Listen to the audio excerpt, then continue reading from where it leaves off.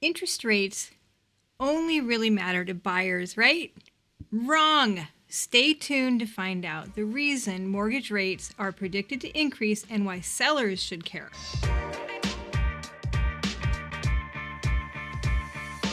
We're currently experiencing historically low mortgage rates. Over the last 50 years, the average on a Freddie Mac 30-year fixed-rate mortgage has been 7.76%. Today, that rate is 3.125% as of the recording of this video. Flocks of homebuyers have been taking advantage of these remarkably low rates over the last 12 months. However, there's no guarantee rates will remain this low much longer. Many things impact mortgage rates: the economy, inflation, and Fed policy, just to name a few. That makes forecasting rates difficult.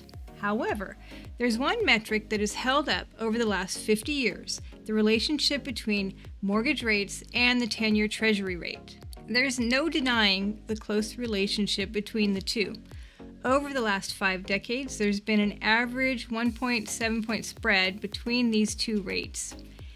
It's this long-term relationship that has some forecasters projecting an increase in mortgage rates as we move throughout the year. This is based on the recent surge in the 10-year treasury rate. So, what do rising interest rates mean to you as someone who is considering selling your home in the near future? Here are 3 things to think about on why rising interest rates matter to a seller. First, less purchasing power. When the rates go up, the mortgage payment goes up, which means potential buyers are not going to be able to afford as much home as before.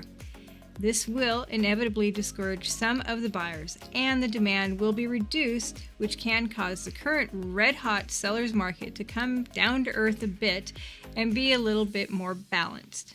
Good news for the buyers, but unfortunately this means potentially less money for your home. Second, there's less money for the down payment. Part of the reason for this home buying boom is not just the low interest rates, but also the fact that the stock market has been on the rise and many people have increased their wealth through it. It's no surprise that people are using the accumulated wealth from their stock portfolio to help with the down payment of their new home. However, the historical inverse relationship between the equity market and the bond market, such as the 10-year treasury, can possibly mean that if rates go up, the stock market can potentially come down, which can cause stock portfolios to lose value. Number 3, less buzz and less hype. The hype around, "we have to buy a house now," is not something to be taken lightly. We can't ignore the fact that some people are driven or nudged based on the hype of what people are saying, which nowadays is you better buy a house now before the price keeps going up. If the 2 things I mentioned earlier were to happen, it's possible that the hype surrounding buying a home could fade away as well. At the end of the day, no one can really say for certain when the interest rate will go up.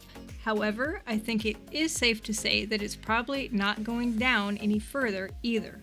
Obviously, you're not all of a sudden going to put your house on the market just because there's a chance the interest rate will go up. But if you've been considering it, now may be a good time to consult with a realtor to see if the timing makes sense. 10-year treasury versus the third. Zip it. Okay, keep going. This is based on the recent surge in the 10-year treasury rate. Go back up there and as we move throughout the year. Wait, what?